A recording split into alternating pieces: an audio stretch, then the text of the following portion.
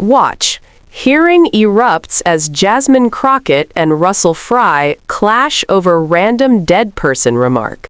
Thank you, Mr. Chairman. I want to be clear about what we just heard a few minutes ago from Ms. Crockett from Texas, that we are doing a bill on some, quote, random dead person.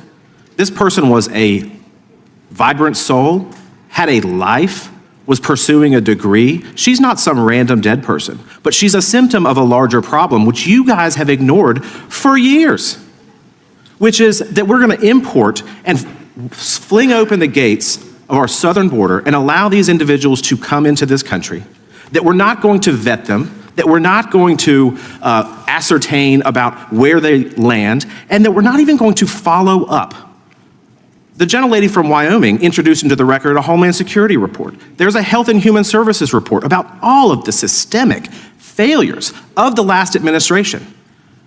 And the flippant and, quite frankly, callous response by the gentlelady from Texas is that she's just some random dead girl. Now, she just walked out of the room, so I guess she didn't want to hear this. But her mother, if you want to talk to her mother, which I encourage you to do so that you understand who she was, here's a quote from her mother that she was texting with me. Kayla talked a mile a minute like a hummingbird. She loved animals, especially her cat Oreo. She cared about the homeless. She loved her mommy. She treasured her family and friends. She loved God and loved going to church. She loved her birthday and Christmas. She loved the beach and the pool and swimming. Oh, can go on and on. This was a young lady who was pursuing a degree as a veterinarian. She wanted to help people. She wanted to live her life. She wasn't some random dead person that we just plucked out of a hat. She is a symptom of a larger problem that you have ignored. We had a field hearing, my first term in Congress. Not a single damn Democrat showed up. My amendment today would strike the provision of this bill that would require the Secretary of Health and Human Services, who we know is incompetent, to conduct body examinations of unaccompanied children aged 12 and over to see if they have gang markings. I don't know what your obsession is subjecting kids to government-mandated strip searches, but it needs to stop. Now, I want y'all to take a second and really think what you're trying to force little kids to go through.